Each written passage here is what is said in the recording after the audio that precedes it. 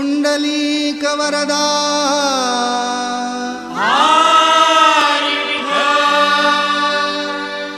श्री ज्ञानदेव तुकाराम पंढरीनाथ महाराज की म्हणून ते इथे जरी आम्ही प्रवचनाला आलो तर ते आमच्याशी बोलायचे नाही. आम्ही आमच्यासाठी आलेलो आहोत, आमच्या साधनेसाठी आलो आहोत. तुमचं काय करायचं तुम्ही करा, या जा, याच्याशी फार ते लक्ष देत नसायचे. या निमित्तानं आज त्यांची आठवण झाली म्हणून ती गोष्ट सांगितली, एवढाच त्याचा अर्थ आहे. आपण जे पारायण करत आहात ते जरी तुकोबरायांच्या गाथेचं पारायण असलं, पण खऱ्या अर्थानं पाहिलं तर गाथेच्या निमित्तानं आपण 4 वेदाचंच पारायण करत आहोत. कारण वेदाचं पारायण करायचं म्हटलं तर तेवढे समृद्ध असणारे घनपाठी ब्राह्मण कुठून आणायचे? त्यात उदात्त अनुदात्त स्वरित या सगळ्या मंत्रांच्या उच्चारणासहित बिनचूक वेदाचं उच्चारण करणं तसं अवघड आहे. पण अगदी त्याच धर्तीवरती तुकोबरायांचं हे गाथेचं पारायण जेव्हा इथे तुम्ही करतात आणि आम्ही ऑनलाईन ऐकतो, तेव्हा पदोपदी तुकोबरायांच्या या उदारतेची जाणीव होते की खरोखर तुकोबरायांनी या 4 वेदाचं विवरण करून आणि आत्मविश्वास प्रगट केला की वेदाचा तो अर्थ आम्हासीचा ठावा, यरानी वाहवा भारनाथा. एवढी भूमिका सांगून ते थांबत नाही. आमच्या मुखातून जेव्हा हे शब्द बाहेर पडतात तेव्हा हे शब्द आमचे नाही, आणि जे शब्द बोलवले जातात ते बोलणारे आम्ही नव्हत. बोलविता धनी वेगळाची, असे साळुंकी मंजुळ बोलत असे वाणी. ह्या नेमाप्रमाणे हे सगळं चिंतन तुकोबराय भगवंताच्या चरणी समर्पित करतात. आणि जेव्हा मनुष्य अहंकार समर्पित करतो त्यातून जे निघणारं वाङ्मय असतं ते सर्वस्पर्शी वाङ्मय असतं, आणि सर्व काळात, सर्व देशात आणि सर्व वयोगटातील लोकांना ते लागू पडणार आहे. म्हणजे त्याला देशाची, कालाची, वस्तूची मर्यादा नाही, असं हे तुकोबरायांचं अलौकिक वाङ्मय या ठिकाणी पारणाच्या निमित्ताने संपन्न होत आहे. परमादरणीय परमस्नेही गुरुवर्य पांडुरंगजी महाराज यांच्या कुशल मार्गदर्शनानं आणि 60 वर्षाच्या प्रदीर्घ तपश्चर्येने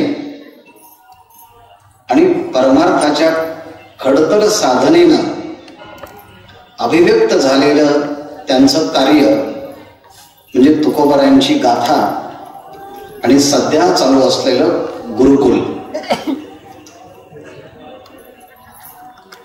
ग्रंथ संपदेचं प्रकाशन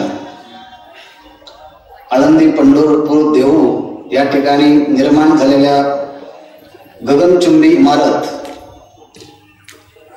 आणि त्याचबरोबर दगडमातीच्या निर्मितीमध्ये आयुष्याचा वेच न करता खऱ्या अर्थानं माणसं निर्माण करण्याचं जे काही प्रक्रिया म्हणजे गुरुकुल पद्धती आहे, ही सर्वात उंचीचं कार्य पूजनीय महाराजांचं आहे. या कार्याची तुलना कशाचीच करता येणार नाही. त्यामुळे इथे शिकणारे सगळे विद्यार्थी, सगळे आचार्य, पूजनीय महाराज या सगळ्यांच्या चरणारविंदी विनम्र भावानं नतमस्तक होऊन आज प्रवचन सेवेकरता निवडलेला जो श्लोक आणि तदंतर्गत ज्या ओव्या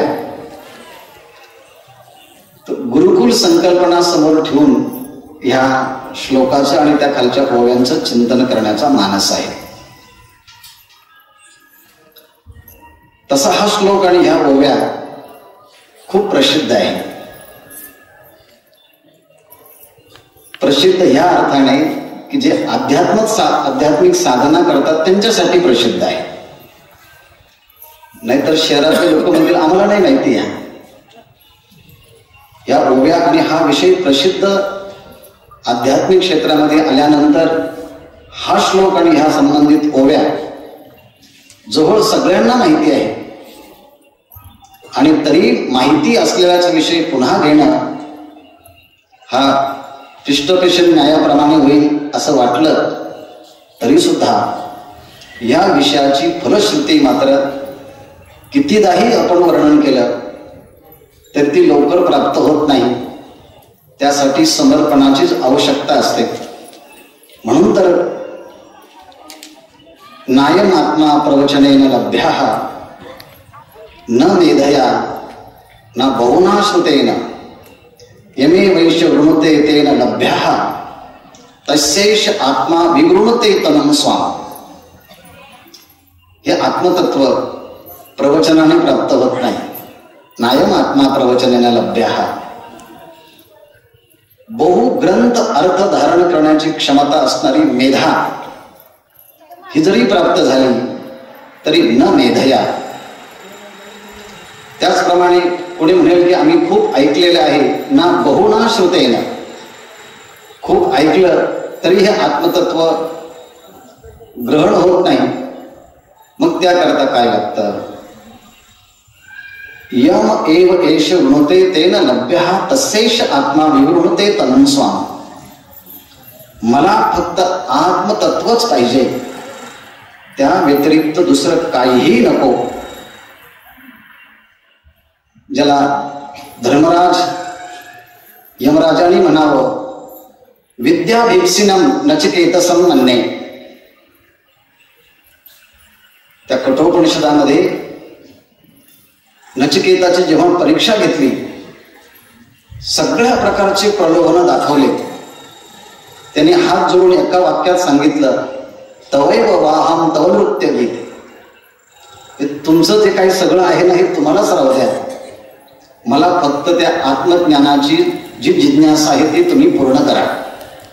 आणि त्याकरता मग ते आत्मज्ञान सांगितलं. या आत्मज्ञानाची तुलना हा जो मी श्लोक घेतला आहे याच्या मागच्या आणि पुढच्या सगळ्या श्लोकांच्या मध्ये जर विचार केला तर भगवंतांनी स्वतःच या श्लोकावरचं या श्लोकाच्या अगोदर काही आणि या श्लोकाच्या नंतर काही ज्ञानाचं महत्व सांगितलं आहे. आणि हे सांगताना नहि ज्ञानेन सदृशम पवित्रम इह विद्यते. ज्ञानासारखी पवित्र वस्तू ह्या जगामध्ये दुसरी कोणतीही नाही.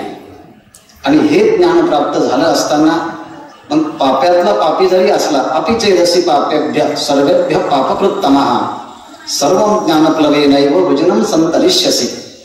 या सगळ्या पापातून मनुष्य दूर होऊ शकतो असं आत्मज्ञान प्राप्त झालं तर अध्यात्मज्ञान आत्मज्ञान ही सर्व विद्यांची अधिष्ठात्री विद्या आहे. अध्यात्म विद्या विद्याना. अध्यात्म विद्या ही सगळ्या विद्यांची मुख्य अधिष्ठात्री ही विद्या आहे. भगवंताने विभूती योगामध्ये याचा आणखी निर्वाळा केला आहे. अशी असणारी जी अध्यात्म विद्या ती प्राप्त करण्यासाठी काय प्रक्रिया लागते तर त्या प्रक्रियेचा विचार या श्लोकाच्या मध्ये आणि ह्या खालच्या ओव्यांच्या माध्यमातून सांगितला आहे. या श्लोकाच्या वरती चिंतन करण्याच्या अगोदर सुद्धा ही प्रस्तावना म्हणून काही सांगितलं की हे ज्ञान प्राप्त करून घेण्यासाठी काय काय लागतं. या आचार्य आणि विद्यार्थी या दोघांचेही गुणधर्म या श्लोकात सांगितले आहेत. तद्विद्धि प्रणिपातेन परिप्रश्नेन सेवया. तद्विद्धि तत्नाम ती ब्रह्मविद्या ते आत्मज्ञान. विद्धी संपादन करून घ्यायचं असेल तर काय करावं लागेल, कसं संपादन करून घ्यायचं. प्रणिपातेन तद्विद्धि. तत् सेवया विद्धी तत्परिप्रश्नेन विद्धी, किंवा क्रम लावायचा ठरला तर तत् सेवया प्रणिपातेन परिप्रश्नेन विद्धी. ते ज्ञान प्राप्त करून घ्यायचं असेल तर सेवेने ज्ञान प्राप्त करून घ्यावं. आचार्यांना दंडवत घालून ते ज्ञान प्राप्त करून घ्यावं आणि योग्य अनुकूलता प्राप्त झाली की मग त्यांना परिप्रश्न विचारावा आणि ते ज्ञान संपादन करून घ्यावं. ज्यांच्याकडनं ते ज्ञान संपादन करून घ्यायचं ते आचार्य कसे आहेत? ज्ञानिनाहा. ते सर्व ज्ञानामध्ये संपन्न आहे, म्हणजे थोडक्यात ते श्रोत्रिय आहे. आणि तत्वदर्शिनाहा, ज्यांना तत्वाचं दर्शन झालं आहे, म्हणजे ज्यांची निष्ठा ब्रह्मस्वरूपामध्ये पक्की आहे, ती ब्रह्मनिष्ठ आहे. आणि उपदेक्षंती ह्या पदाने ते कृपाळू आहेत. याप्रमाणे ज्ञानिनः तत्वदर्शिनः ते तुला ज्ञानम उपदेक्षंती, ते तुला ज्ञानाचा उपदेश करतील, असा ह्या श्लोकाचा धावता भावार्थ आहे. गुरुकुल समोर ठेवूनच मी हा श्लोक सेवेकरता निवडला आहे. इथे सगळे आचार्य आणि विद्यार्थी गणही या ठिकाणी समुपस्थित आहे. हजारो वर्षापूर्वी गुरुकुलाची संकल्पना जेव्हा ऋषींच्या समोर आली तेव्हा त्यांनी गुरुकुल सुरू होण्याच्या अगोदर देवाला प्रार्थना केली आहे की आम्ही आता हे सुरू करत आहोत, तर आमची जी प्रसिद्धी आहे ही लोकांमध्ये कशी असावी,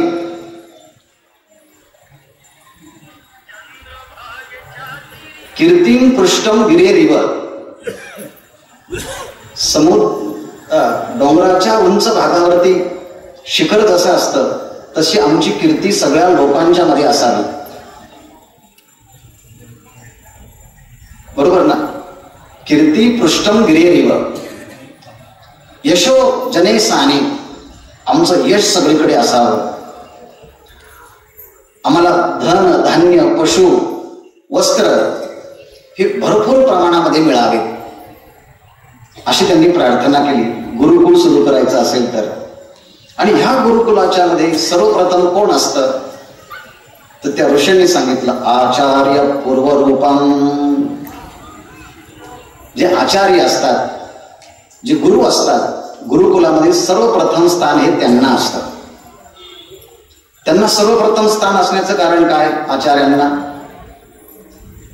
आचनोती शास्त्रार्थम, त्यांनी सगळ्या शास्त्राचा अर्थ त्याची निवड केलेली असते, ते आपल्या आचरणात आणलेलं असतं आणि त्यांची त्या शास्त्राच्या सिद्धांताची पुन्हा प्रतिष्ठापना आपल्या विद्यार्थ्यांच्या मध्ये केलेली असते, किंवा हे करण्यामध्ये जे समर्थ असतात त्यांनाच तर आचार्य म्हणावं. म्हणून विद्या प्राप्त करून घेताना पहिलं स्थान कोणाचं असेल तर ते आचार्यांचं आहे. आचार्य पूर्वरूपम. नंतर अंतेवासी उत्तर रूपम. अंतेवासी शब्दाचा अर्थ आहे त्या गुरुकुलामध्ये असणारे छात्र, ते विद्यार्थी.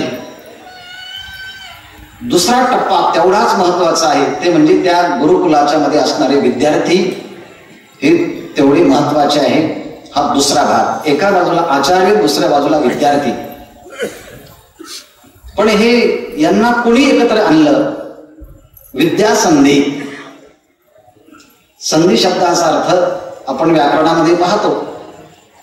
पूर्वापर वर्ण एकत्रित येण्याच्या प्रक्रियेलाच आपण संधी असं म्हणतो. पूर्ववर्ण आणि उत्तर वर्ण जेव्हा एकत्रित येतात तेव्हा त्यांना संधी असं म्हटलं जातं.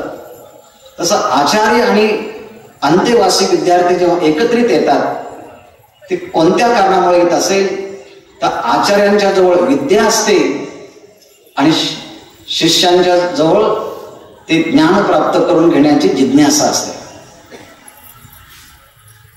आणि जिज्ञासा पूर्तीचं साधन आचार्यांच्या जवळ असतं, ते म्हणजे विद्या.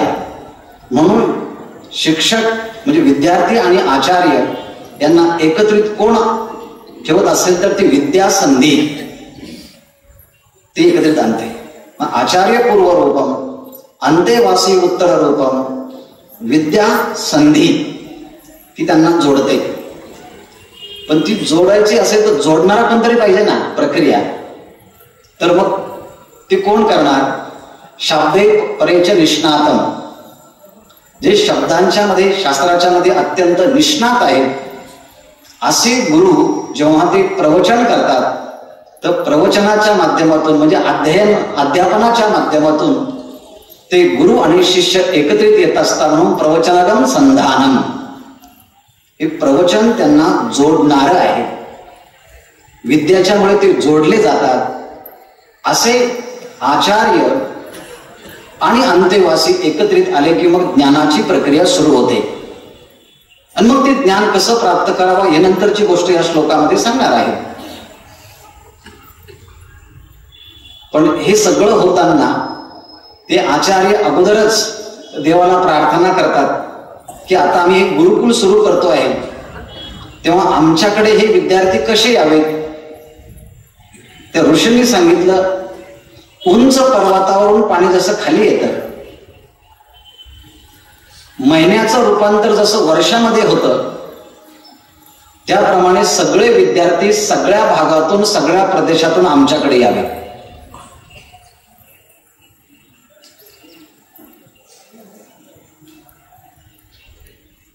माम आयंतु, ते सगळे यावेत. मग ते प्रार्थना करतात, अमायंतो ब्रह्मचारिण स्वाहा, आमच्याकडे सगळ्या प्रदेशातून शिकण्याकरता विद्यार्थी यावेत. का? यशो जनिशानी स्वाहा, आम्ही खूप प्रसिद्ध आहोत. आचार विचार संपन्न लोकांच्या मध्ये आमची चारित्र्य संपन्नतेची प्रशंसा होते आहे. हे लोकांनी ऐकलं तर ते लोक त्यांचे विद्यार्थी आमच्याकडे पाठवतील आणि म्हणून सगळे विद्यार्थी आमच्या गुरुकुलामध्ये शिकण्याकरता यावे. ही हजारो वर्षापूर्वी केलेली संकल्पना आहे, ती मूर्त रूपाने साकार या गाथा मंदिरामध्ये होते. म्हणून प्रत्येक क्षणाला या ऋषी मुनींच्या वचनाची आठवण या ठिकाणी होते. अमायंतो ब्रह्मचारिण स्वाहा, ते ब्रह्मचारी लोक यावे. पण आल्यानंतर ते कसे असावेत?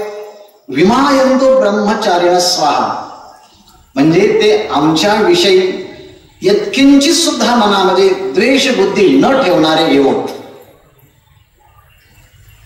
म्हणजे येत असतील म्हणून तर प्रार्थना केली आहे ना, मा विद्विषाबोधई. गुरु आणि शिष्य यांच्यामध्ये थोडी सुद्धा विद्वेषण असता कामा नाही, द्वेष असता कामा नाही, द्वेषाची संकल्पना असता कामा नाही. पराकुटीचा आदर गुरूंच्या विषयी जर ठेवला गेला, जितका आदर आपण देवाच्या बद्दल ठेवतो तेवढाच आदर जर गुरूंच्या विषयी ठेवला तर श्वेताश्वेतर उपनिषदामध्ये ऋषींनी उद्घोष केला आहे, यस्य देवे परा भक्ती यथा देवे तथा गुरौ तस्यैते कथिता ह्यर्ता प्रकाशन्ते महात्मनः. यस्य देवे परा भक्ती, देवावरती जेवढी भक्ती श्रद्धा सात्वास्मिन परम प्रेम रूपा, एवढं प्रेम एवढी भक्ती ज्या भगवंताच्या वरती असते तेवढीच भक्ती जर गुरूंच्या वरती आचार्यांच्या वरती ठेवली तर होईल का? म्हटले अकथिता अर्था प्रकाशन्ते, गुरूंनी सांगितलेला आणि न सांगितलेला असे सगळेच वेदाचे अर्थ त्याच्या बुद्धीमध्ये प्रगट होतील. श्रुती स्मृतीचे अर्थ आपणची होणी मूर्त, श्रुतीतले स्मृतीतले पुराणातले सगळ्या वाङ्मयातील अर्थ अशा निष्पाप निसंशयी आणि विद्वेष विरहित असणाऱ्या सत्पुरुषाची वाट पाहतात की आम्ही ह्या ठिकाणी जर गेलो तर आम्हाला प्रतिष्ठा प्राप्त होईल. शोधतायत त्याला की हा आम्हाला कधी भेटणार आहे. अनेक अर्थांच्या ओघा तुमच्या मनामध्ये प्रस्फुटित होत असतील हे ऐकल्यानंतर. की आम्हाला असं हे भेटायला पाहिजे. आणि म्हणून तर असा एखादा कोणी महात्मा दिसला ना, ते म्हणतात ते चालत ते ज्ञानाचे बिंब. ते सामान्य नाहीत म्हटले. त्याचे अवयव हे अवयव नाही, ते अवयव सुखाचे कोंब. दिसायला माणूस जरी असला तरी ना हा प्रत्यक्ष ब्रह्मच आहे अशी उद्घोषणा केली. किंबहुना ब्रह्मविद्या राहण्यासाठी अशा पुरुषांची वाट पाहते. 13व्या अध्यायामध्ये ज्ञानाचे लक्षण सांगितले. ज्ञानोबराने लक्षण सांगता वेळेस शेवटचे पद घातलेलं असतं.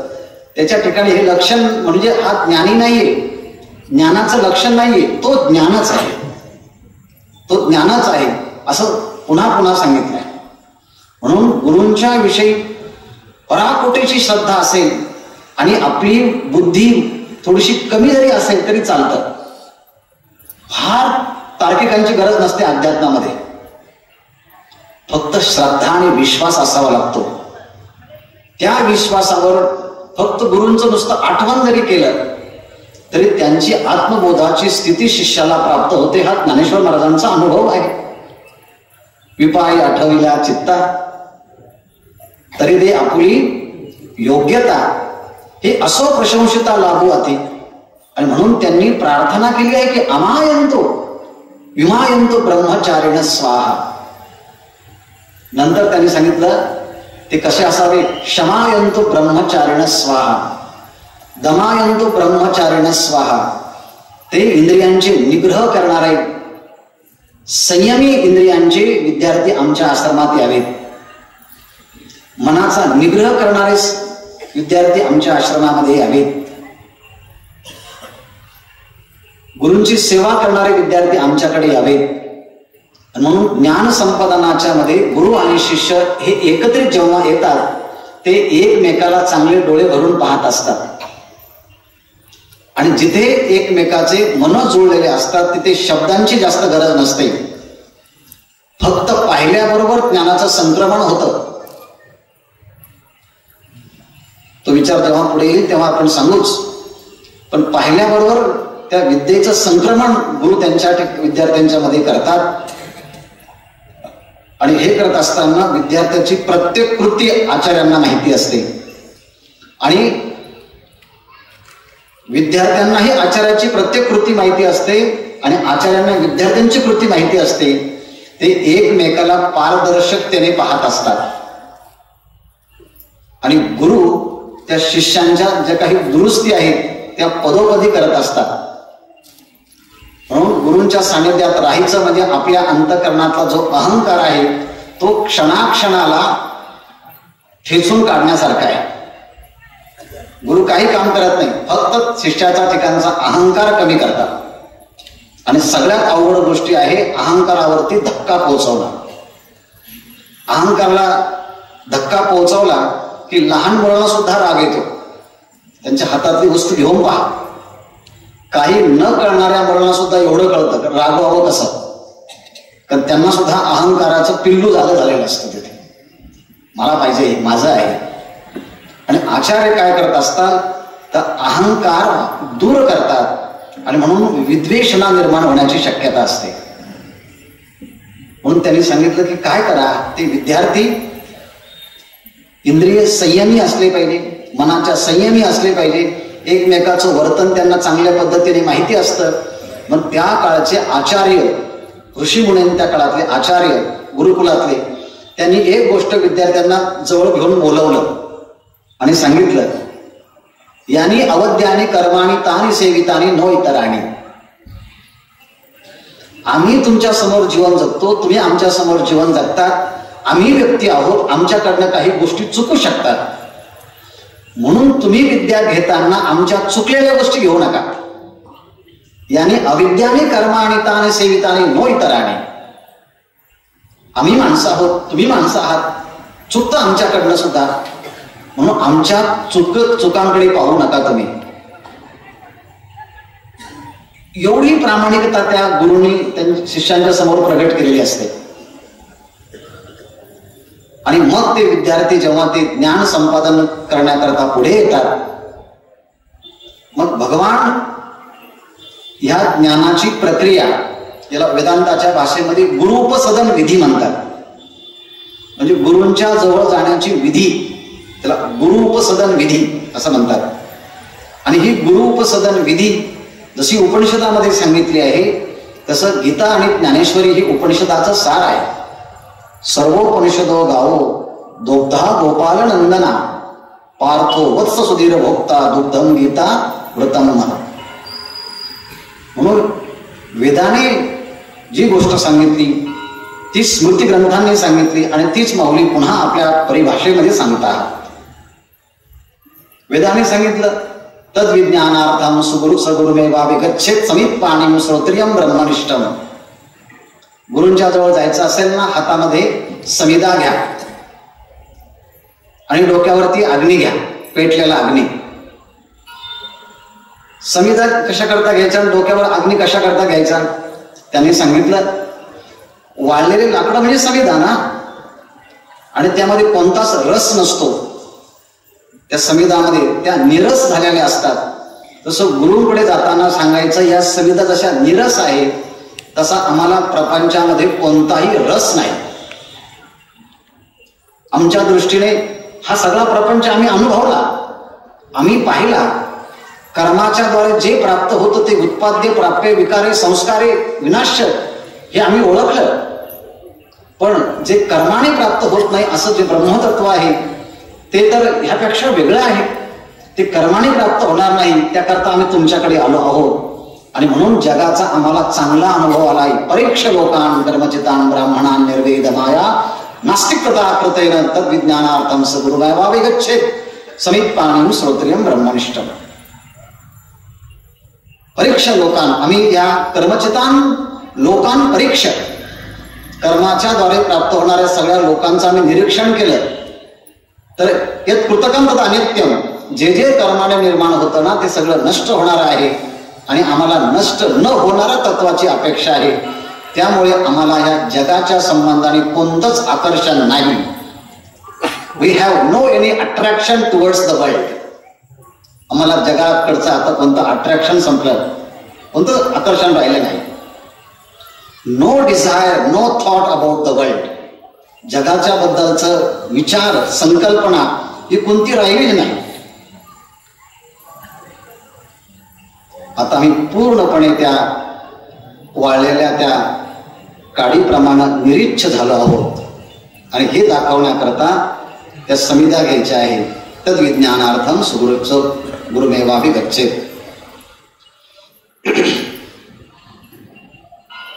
त्याप्रमाणे डोक्यावरती तो अग्नी घ्यायचा आहे. डोक्यावरती अग्नी घेतल्यानंतर असं वाटतं की कधी टाकून देतो आपण. तशी मुक्त होण्याची तीव्र जिज्ञासा त्या अग्निप्रमाणे आमच्या ठिकाणी आहे, हे दाखवलं पाहिजे. आणि असा ज्ञानाने परिपूर्ण असणारा शिष्य जेव्हा विद्या प्राप्त करण्याकरता येतो आणि ती विद्या ते ज्ञान ह्या जगामध्ये एवढं पवित्र आहे की त्याच्यासारखी दुसरी पवित्र ज्ञानासारखी या जगामध्ये वस्तूच नाही. मगाशी म्हटल्याप्रमाणे नाही ज्ञानेन सदृशम पवित्रम इह विद्यते. पाप्यातला पापी जरी असला तरी ह्या ज्ञानरूपी प्लवेने तो पलीकडे जातो. वृजनम संतरिष्यसी असं म्हटलंय. आणि हे ज्ञान एकदा की ब्रह्मज्ञान प्राप्त झालं की सगळ्या कर्म एकदम भस्म होतात. ज्ञानाग्नीच सर्व कर्माणी भस्मसात कुरुते तथा. सगळ्या प्रकारचे संशय, सगळ्या प्रकारचे किल्बिष दूर होऊन जसा परमात्मा सच्चिदानंद स्वरूप आहे त्या सच्चिदानंद स्वरूप असणाऱ्या परमात्म्याची अनुभूती प्राप्त करण्यासाठी काय योग्यता लागते तर भगवान स्वतः सांगतात, तुम्हाला ते ज्ञान समजून घ्यायचं आहे ना, ते ज्ञान संपादन करायचं आहे ना, तद्विधी. कोणतं समजून ज्ञान संपादन करायचं आहे की ते ब्रह्मज्ञान, ते आत्मज्ञान. त्यासाठी काय लागतं सुरुवातीला? या ठिकाणी जो क्रम श्लोकामध्ये सांगितला आहे तो क्रम ज्ञानेश्वर महाराजांनी बदललेला आहे ओव्यांच्या मध्ये. भगवंतांनी सांगितलं प्रणिपातेन तद्विधी. काया वाचा मनानं ते ज्ञान संपादन करायचं असेल तर सर्वप्रथम परीक्षा आहे साष्टांग दंडवत. काठी जशी खाली पडल्यानंतर कोणत्याही अंगाने उरत नाही तशाप्रमाणे दंडवत घालायचं म्हणजे आपलं पूर्णपणे समर्पण करायचं, अशी तयारी ज्याची असेल त्याने ते ज्ञान संपादन करायचं. प्रणिपातेन तद्विद्धी. दुसरा परिप्रश्नेन तद्विद्धी. नंतर सेवया तद्विद्धी. आणि असं जर 3 गोष्टी या ठिकाणी सांगितल्या आणि पुढे जाऊन एका श्लोकामध्ये आणखी 3 गोष्टी सांगितल्या. त्या ठिकाणी श्रद्धा सांगितली, तत्परता सांगितली आणि संहितेंद्रियता सांगितली आहे. त्याचंच नाव आहे श्रद्धावान लभते ज्ञानम तत्पर संहितेंद्रिय ज्ञानम लब्ध्वा पराम शांतीम अचिरेणादि गच्छति. याप्रमाणे हे 3 लक्षणं आणि पुढचे 3 लक्षणं, हे 6 लक्षणं एकत्रित केले की मग ज्ञान प्राप्त होतं. मग काही म्हणायचं की काही बहिरंग लक्षणं म्हणायचे, काही अंतरंग लक्षण म्हणायचे. आणि ह्या अंतरंग बहिरंग लक्षणाने त्या साधकाला, त्या जिज्ञासूला, त्या गुरूंच्याकडनं ज्ञान प्राप्त होतं. हे आतापर्यंत शिष्यांचे लक्षण सांगितले, त्याचा आपण विचार पण केला. पण आता जे ज्ञान सांगत आहे ते कसे असावेत, तर ज्ञानिना हा तत्वदर्शिना हा. जे ज्ञानी आहे म्हणजे श्रोत्री आहेत ते, म्हणजे त्यांच्याकडे शास्त्राचं ओतप्रोत आणि षड्लिंगपूर्वक यथार्थ ज्ञान झालेलं आहे. त्यांना कोणताही विषय तुम्ही दिला आणि समोर ठेवला की त्याचा उपक्रम काय आहे, उपसंहार काय आहे, अभ्यास काय आहे, अपूर्वता काय आहे, फल काय आहे, म्हणजे प्रत्येक मंत्राचं जे षड्लिंगपूर्वक यथार्थ चिंतन सांगू शकतात असे आचार्य आहेत. आणि ते आचार्य फक्त शब्द ज्ञानामध्ये पारंगत नाही, तर त्यांना प्रत्यक्ष तसा त्या तत्वाचा अनुभव आलेला आहे. म्हणून ते तत्वदर्शिना, ज्यांना तत्वाचं दर्शन झालेलं आहे. ते काय करतील, ते ज्ञानम उपदेक्षन्ति, ते ज्ञानाचा उपदेश करतील. एवढंच भगवंताने या ठिकाणी सांगितलं.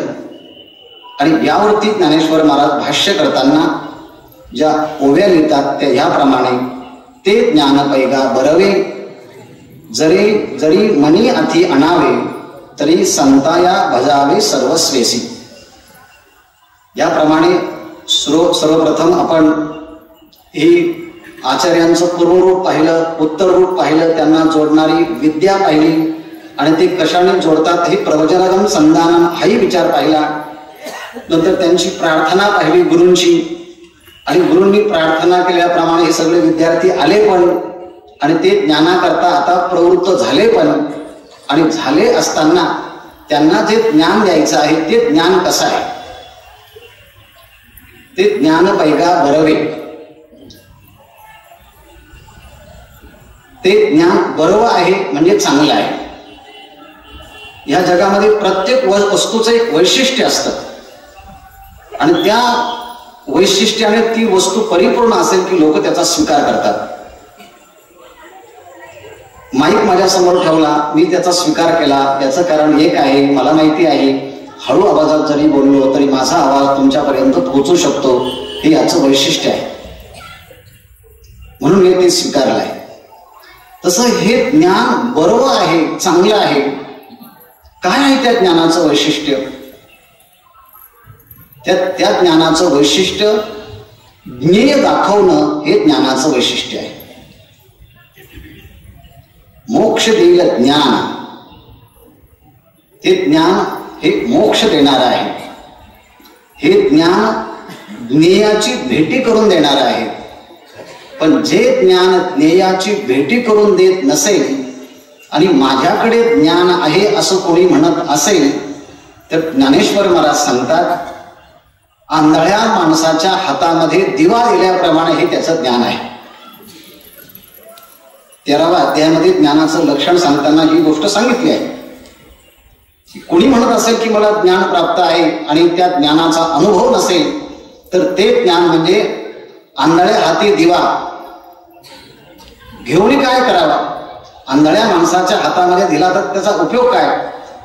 उपयोग काय नाही म्हटले. त्याच्या प्रकाशाने लोकांना दिसेल रस्ता हा आहे आणि तो आंधळा तसाची तसाच असेल. म्हणजे ज्ञान प्राप्त आहे, पण त्या ज्ञानाचा उपयोग जर माझ्यासाठी होत नसेल, फार तर माझ्या ज्ञानाने इतरांचा उपयोग होईल, फक्त मी मात्र त्या उशाच्या चरख्यासारखा फक्त मी रस देत राहील, पण त्याच रसाच्या चरख्यामध्ये थोडा सुद्धा गोडीचा अनुभव त्याला नसेल. म्हणून ज्ञान हे असं असावं की त्या ज्ञानाने ज्ञेयाची भेटीच व्हावी आणि ते भेटी करून देण्याचं सामर्थ्य त्या ज्ञानाचं असल्यामुळे ते ज्ञानदायी गाभारावे. आणि असं ज्ञान आपल्या अंतःकरणामध्ये असावं, अशी जिज्ञासा, अशी उत्कटता, अशी तळमळ ज्या जिज्ञासू साधकाच्या अंतःकरणामध्ये असेल, जरी मनी अति आणावे, जर हे ज्ञान मला प्राप्त व्हावं असे ज्याच्या अंतःकरणामध्ये मनामध्ये इच्छा आहे, त्याने काय करावं, तरी संताया भजावे सर्वस्वेसी. खरं म्हणजे वरती आचार्य तत्वदर्शिना, आचार्यांचं वर्णन करताना ज्ञानिना हा तत्वदर्शिना ह्या पदाचा उल्लेख केला, पण यावरती भाष्य करताना ज्ञानेश्वर महाराजांनी ज्ञानी शब्दाचा उल्लेख केला नाही, तत्वदर्शी शब्दाचा उल्लेख केला नाही, गुरु शब्दाचा उल्लेख केला नाही, आचार्य शब्दाचा उल्लेख केला नाही. का नाही केला हो? अहो म्हटले, गुरु शब्दाचा उल्लेख केला असता तर एकच व्याख्या करावी लागली असते. आचार्य शब्दाचा जर उल्लेख केला असता तर आच नव्हते शास्त्रार्थ, मग असे सांगितल्याप्रमाणे तेवढीच व्याख्या करावी लागली असते.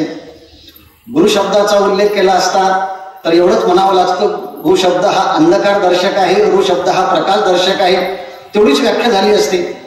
मग गुरु, आचार्य, शिक्षक ह्या शब्दांची व्याख्या सीमित झाली असते. पण सगळ्या व्याख्या एकत्रित करूनही सुद्धा त्या व्याख्या अजूनही कमीच पडल्या असत्या. अशी सर्वपूर्ण व्याख्या या एका शब्दामध्ये समाविष्ट होती, तो शब्द म्हणजे संत. त्या संत शब्दामध्ये आचार्य पण येतं, त्या संत शब्दामध्ये गुरु पण येतं, त्या संत शब्दामध्ये तत्वदर्शी पद येतं, त्या संत पदामध्ये ज्ञानिना पद येतं. किंबहुना शास्त्राचे सगळेच सिद्धांत जिथे प्रतिष्ठापित होण्याकरता लालायित होतात असं पद म्हणजे हे संत पद आहे.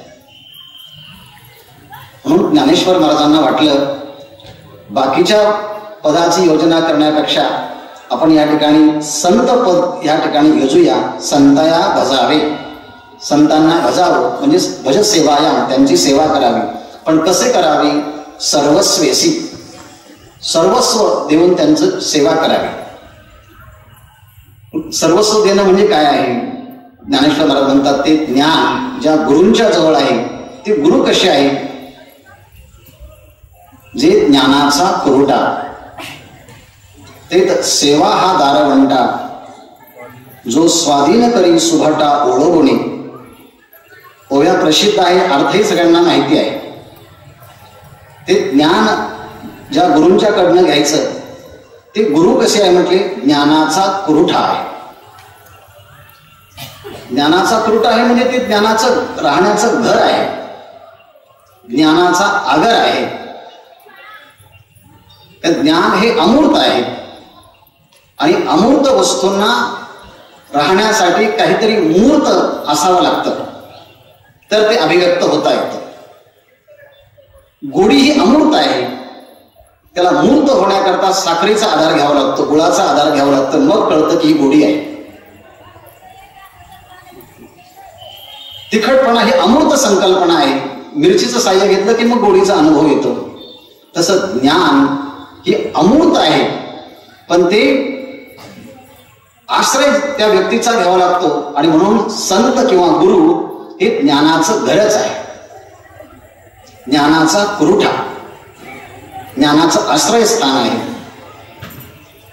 आणि ते आश्रयस्थानाला जायचं असेल तर आपल्याला दरवाजातून जावं लागतं, आणि तो दरवाजा आहे सेवा. ते सेवा हा दारवंटा. कुठेही प्रवेश करायचा असेल तर तो सेवेतूनच करावा लागतो. म्हणून गुरुकुलाच्या मध्ये दोन पद्धतीचे विद्यार्थी असतात. एक बुद्धीच्या जोरावरती ज्ञान संपादन करणारे असतात, आणि एक सेवेच्या द्वारे ज्ञान संपादन करणारे असतात. ज्यांची मेधाशक्ती प्रगल्भ असते, ते एकाच पाठामध्ये ती स्मृती शक्ती चांगली असल्यामुळे ग्रहण करतात आणि लगेच सांगू शकतात. पण ज्यांच्याकडे ही मेधाशक्ती कमी आहे पण सेवा शक्ती जास्त आहे, त्यांना ज्ञान जरी कमी प्रमाणात झालं, थोड्या प्रमाणात बुद्धीच्या जोरावरती, पण त्यांना जे ज्ञान प्राप्त होईल ना, त्या ज्ञानाची उपयोगिता बुद्धीने संपादन केलेल्या ज्ञानापेक्षाही अधिक असेल. कारण माऊली स्वतः सांगतात, गुरूंनी प्रसन्न होऊन दिलेलं ज्ञान शिष्याने अध्ययन केलेल्या ज्ञानाची फलश्रुती ही तेव्हाच होते जेव्हा ते ज्ञान गुरूंची प्रसन्नता प्राप्त करून घेतली असेल तर. कोणती ओळी आहे मयूर महाराज? नाहीतर ते अध्ययन केलेल्या ज्ञानाचा काहीच उपयोग होत नाही. योगाधिक अभ्यासिले शब्द जात अलोडिले, ते तैच म्हणोये आपुले जै सानुकूळ श्रीगुरु. योगाचा अभ्यास केला आहे, योगाधिक अभ्यासले, शास्त्रजात अलोडिले, सगळे शास्त्र बुद्धीने प्रामाण्याने पाठ केले आहे, सगळं त्याला माहिती आहे, फक्त गुरूंचं अंतकरण दुखवलं आहे. तर काय होईल मग? गुरूंचं अंतकरण दुखवून विद्या संपादन केली तर ज्या क्षणी त्या ज्ञानाची उपयोगिता पाहिजे त्या क्षणी ते ज्ञान विसरून जातं. पण गुरूंची प्रसन्नता प्राप्त करून घेतलेलं जे ज्ञान असेल आणि जरी तो विसरला, जेव्हा त्याला त्या ज्ञानाची आवश्यकता असते ते ज्ञान त्या गुरूंच्या सेवेने स्वतः त्याच्या अंतकरणामध्ये प्रगट होतं. अकथिता अर्थ प्रकाशनते, जे कथन केलेलं नाही, जे सांगितलेलं नाही, त्या प्रमेयाची, त्या सिद्धांताची अभिव्यक्ती त्या महापुरुषाच्या, त्या शिष्याच्या अंतकरणामध्ये स्वतः होत असते. आणि म्हणून गुरूंच्या प्रसन्नाने जे ज्ञान संपादन होतं ते सर्वश्रेष्ठ आहे. म्हणून गुरुकुलामध्ये जास्तीत जास्त गुरूंची सेवा कशी करता येईल, आश्रमाची सेवा कशी करता येईल, स्वच्छता कशी ठेवता येईल, ही भूमिका शिष्यांची, विद्यार्थ्यांची, अंतेवासींची असली पाहिजे. आणि म्हणून सेवा हा दारवंटा, तो स्वाधीन करी सुभाटा ओळगुणी. ओळगुणी सेवा करून तो दारवंटा स्वाधीन करावा. त्याकरता तनु मनो जीवे चरणासी लागावे, अगर्वता करावे दास्य सकळ.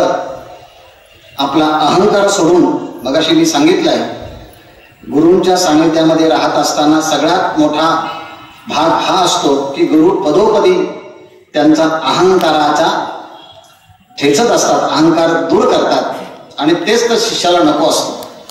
म्हणून शिष्य जेव्हा समोर असतात, गुरु त्याची कधीच स्तुती करत नाही. किंबहुना गुरुने विद्यार्थ्यांची त्यांच्या समोर स्तुती करूच नाही. करायची असेल तर ती पश्चात करावी, पण न करावी स्तुती, असं तुकाराम महाराजांनी सांगितलं. होईल या वचने अभिमान. तुम्ही जर माझी स्तुती केली तर त्या वचनांच्या द्वारे मला कदाचित अभिमान होण्याची शक्यता आहे. म्हणून हे संत जन हो, तुम्ही माझी स्तुती करू नका. तसाच हा एक शास्त्राचा भाग आहे की गुरुने त्या शिष्यांची स्तुती करायची नाही, उलट त्या शिष्याने त्यांची काया वाचा मनाने ही सेवा करायची. अगरवता करावे दास्य सकळ. मग असं सगळं झाल्यानंतर मग अपेक्षित जे आपुले. मग काय अपेक्षित आहे? जिज्ञासू मुमुक्षु साधकाच्या अंतकरणात काय अपेक्षित असतं आणि संसारिक माणसांच्या अंतकरणात काय अपेक्षित असतं हे त्यांना जाऊन तुम्ही विचारा. भगवंत म्हणतात, मी तुम्हाला आधीच सांगितलेलं आहे, अर्थो जिज्ञासुरार्थार्थी ज्ञानीच भरतर्षभ चतुर्विधा भजन्ते माम जनास्कृती अर्जुन. माझ्याकडे येणारे जे काही दुःखाने गांधलेले असतात, काहींना संपत्ती हवी आहे, काहींना ज्ञान हवं आहे आणि काही ज्ञान होऊन माझी ज्ञान स्वरूपाला प्राप्त होऊन माझी सेवा करण्याकरता आलेले आहेत. असे हा सगळ्याच पद्धतीचे माझ्याकडे येतात. पण जिज्ञासू कोणी असेल तर कोहम कथमिदम जातम कोही करतास्य विद्यते. मी कोण आहे, कुठून आलो आहे, कशा करता आहे, अशा स्वरूपाचा जो अपेक्षित प्रश्न आहे तो अपेक्षित प्रश्न तो शिष्याने त्या गुरूंना विचारावा म्हणून शब्द आहे. मग अपेक्षित जे आपुले तेही सांगती पुसिले, शब्द आहे पुसिले सांगतील. नाहीतर गुरु ज्ञान संपन्न आहे पण शिष्याने म्हणावं कसं काय विचारू त्यांना, ते खूप मोठे आहे, मला रागवले तर, माझा प्रश्न चुकीचा असेल तर, मला नाही सांगितलं तर, अशा संबंधाच्या चिकित्साच करू नये. कारण ते कृपाळू आहे, ते श्रोत्रिय आहे, ते ब्रह्मनिष्ठ आहे, ते अकामहत आहे. आणि असं असल्यामुळे शिष्य कोणी असेल तर त्याने शंका कधीच ठेवू नये. आणि ती शंका कदाचित ती प्रमेयगत असू शकते, ती शंका कधी प्रमाणगत असू शकते.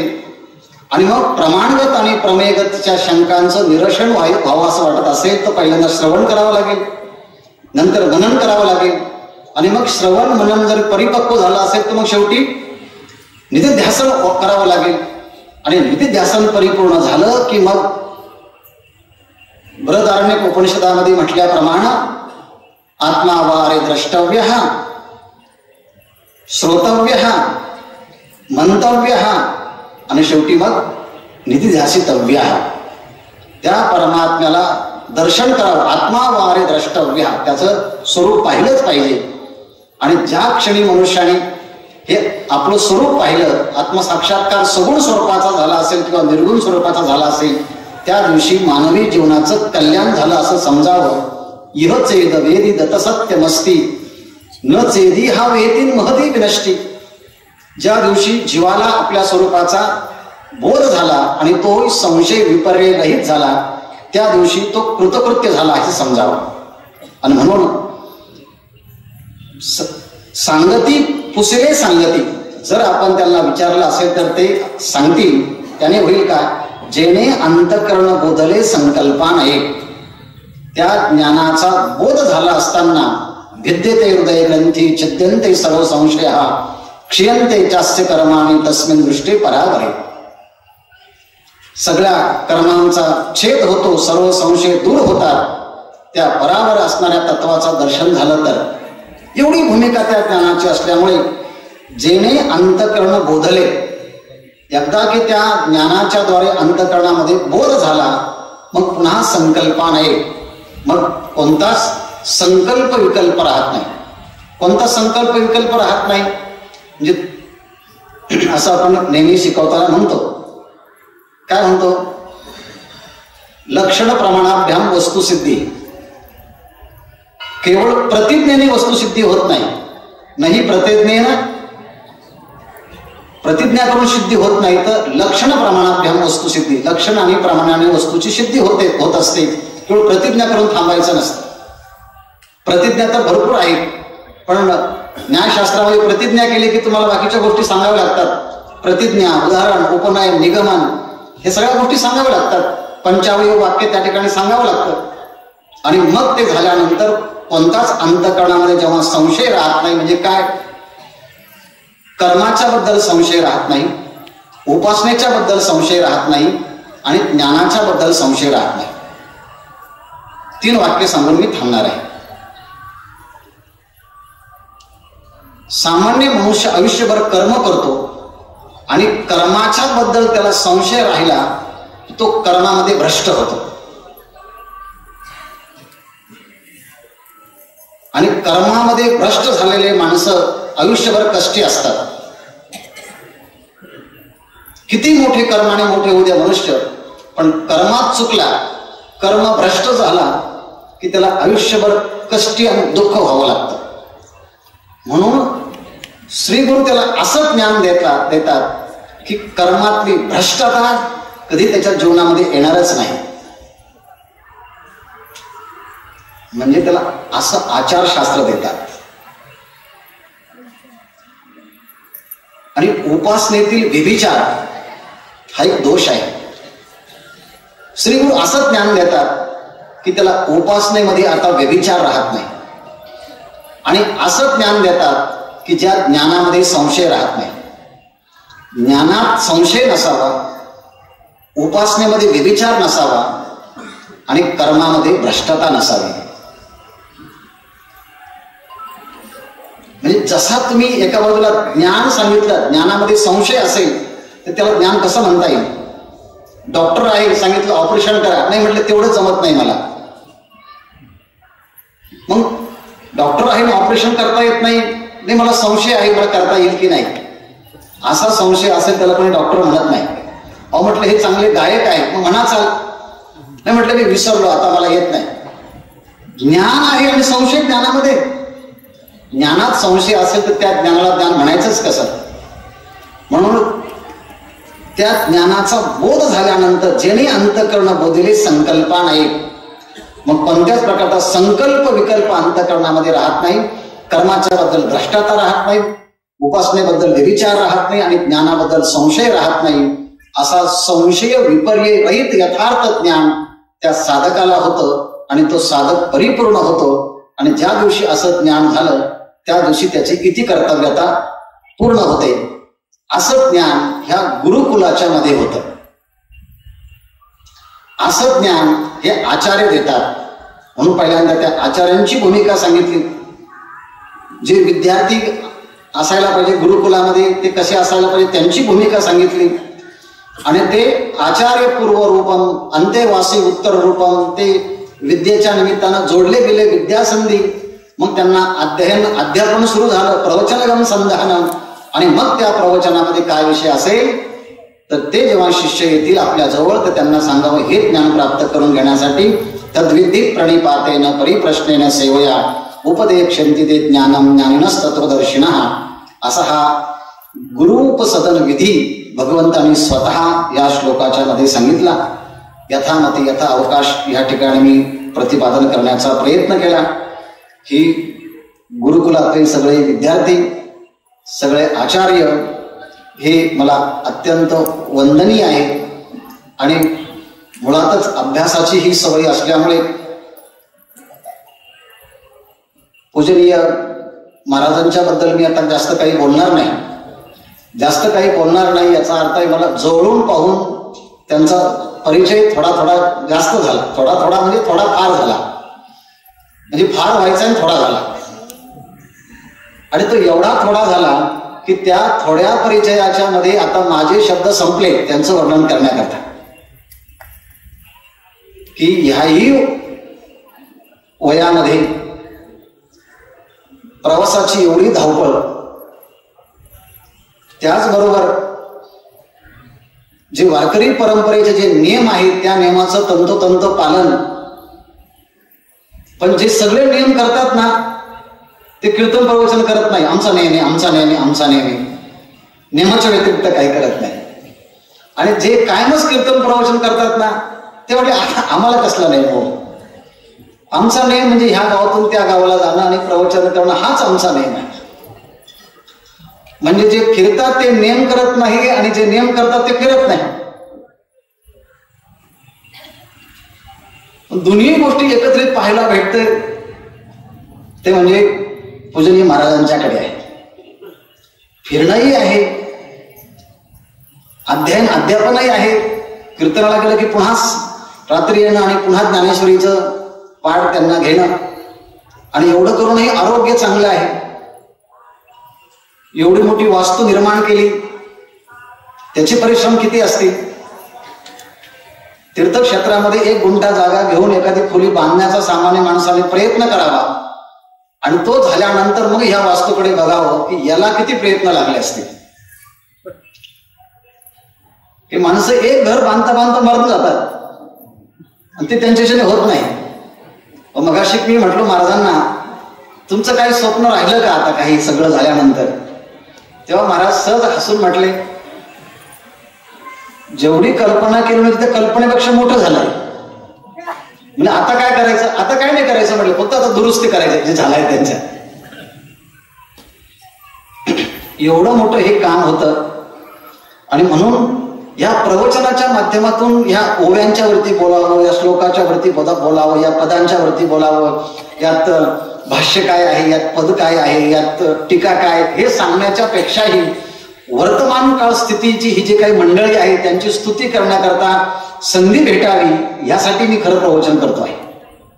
कारण तेही प्राणापर होते आवडती मज निरुते जे भक्त चरित्राते प्रशंसती अशा भगवत भक्ताची प्रशंसा करण्याची संधी ह्या निमित्ताने प्राप्त व्हावी हाच एवढा हेतू आहे. या निमित्तानं महाराजांना भविष्यामध्ये उदंड आयुष्य आरोग्य लाभावं अशी या ठिकाणी मी प्रार्थना करतो. आणि जाता जाता मोठं काही आश्वासन देत नाही, पण गुरुकुलाच्या संबंधाने काही सेवा करण्याची जर थोडाशी संधी जर मिळाली माझ्या सगळ्या व्यापातून तर मी नक्कीच ती करण्याचा प्रयत्न करीन. कारण सगळे आचार्य हे माझे जवळचे मित्र आहेत. प्रवचनाच्याच निमित्ताने मी येतो असं नाही, तर अधूनमधून त्या सगळ्यांची मी भेट पण घेतो, त्यांचं बोलणं मी पाहतो, विद्यार्थ्यांशी संवाद होतो. आणि म्हणून आणखी एक वाक्य सांगेल, सगळं जग हे वारकरी तत्वज्ञानाच्या साठी आसुसलेलं आहे, तहानलेलं आहे, अपेक्षा करतो. परवाच मी इथे गुरुकुलामध्ये आलो तर एक मनुष्य तामिळनाडूचा आणि एक कुठला जम्मू काश्मीरचा ते इथे आले होते. आणि आमचा एक पत्रकार मित्र होता की त्याला पाहिजे होतं की ज्ञानेश्वरीची उपयोगिता ह्या जगामध्ये काय आहे याचं 10 मिनिटं तुम्ही आम्हाला शूटिंग द्या करून, इंग्रजीमध्ये आणि मराठीमध्ये. आणि ते पाहण्याकरता तो तिकडचा एक मनुष्य आला होता आणि एक तमिळनाडूचा. आणि ते म्हटले आम्हाला माहितीच नाही असं हे तुमच्याकडे असतं, मग आम्हाला तुम्ही का सांगत नाही, हे आमच्यापर्यंत का पोहोचत नाही, आम्हाला याची आवश्यकता आहे, आम्ही हे करू. आणि म्हणून सगळ्या जगाला वारकरी तत्वज्ञानाची गरज आहे. हे एवढं प्रभावी वारकरी तत्वज्ञान आहे, पण लोकांना लोकांच्या भाषेमध्ये देण्याकरता तसे लोक आपल्याकडे तयार होण्याची गरज आहे. आणि ही मंडळी इथे होते. मला इथे वृद्ध एक शिक्षक आणि विद्यार्थी असे, विद्यार्थी प्लस शिक्षक असे ते भेटले. ते म्हटले की ते एका कॉलेजचे प्राध्यापक होते. ते म्हटले की आता या मुलांना मी शिकवेल आणि तशा संबंधांची काही जिज्ञासा तुम्हाला असेल तर मी सुद्धा त्यामध्ये मदत करायला तयार आहे भविष्यामध्ये जर अशी कधी गरज भासली तर. म्हणून आपल्या ह्या गुरुकुलाच्या मध्ये जसं विद्यार्थी घडतात तसं इथून पुढे बहुभाषिक विद्यार्थी घडावेत. त्याप्रमाणे आपलं हे वाङ्मय वेगवेगळ्या भाषेमध्ये निर्माण होण्यासाठी त्याचं लिखाण व्हावं. आणि तिसरी गोष्ट आहे, हे सगळं आपलं जे गुरुकुल आहे इथे जगभरातले लोक येतात. मराठी माणसांना पटकन समजतं, पण 2 माणसाची नियुक्ती करण्याची गरज आहे. एक म्हणजे जर दुसरा कोणी बाहेरचा मनुष्य आला तर त्याला हे समजून सांगितलं पाहिजे, एका इंग्रजी भाषेमध्ये आणि एका हिंदी भाषेमध्ये. अशा 2 माणसांची जर नियुक्ती केली तर परदेशातून मदतीचा ओघ आपल्याकडे आल्याशिवाय राहणार नाही. कारण ते खूप लोक श्रीमंत आहेत, द्यायला तयार आहेत, त्यांना माहिती नाही फक्त हे काय चाललेलं आहे. आणि या गुरुकुलाच्या माध्यमातून पुढे होईल. आणि त्यासाठी काही मदत वाटली माझी, शारीरिक, मानसिक, बौद्धिक, तर मी या करण्याचा प्रयत्न करेल. याकरता तुम्हा आम्हा सगळ्यांना उत्तम आयुष्य आरोग्य लाभावं अशी भगवंताच्या चरणी प्रार्थना करूया. आणि प्रवाहित आणि प्रलंबित झालेली वाक्सरिता तुम्हा सर्वांच्या चरणारविंदी अत्यंत विनम्र भावानं मी समर्पित करून माझ्या वाणीला या ठिकाणी विराम देतो. कुंडलिक वरदा हरिविठ्ठल श्री ज्ञानदेव तुकाराम ज्ञानेश्वर महाराज की जय. विठ्ठल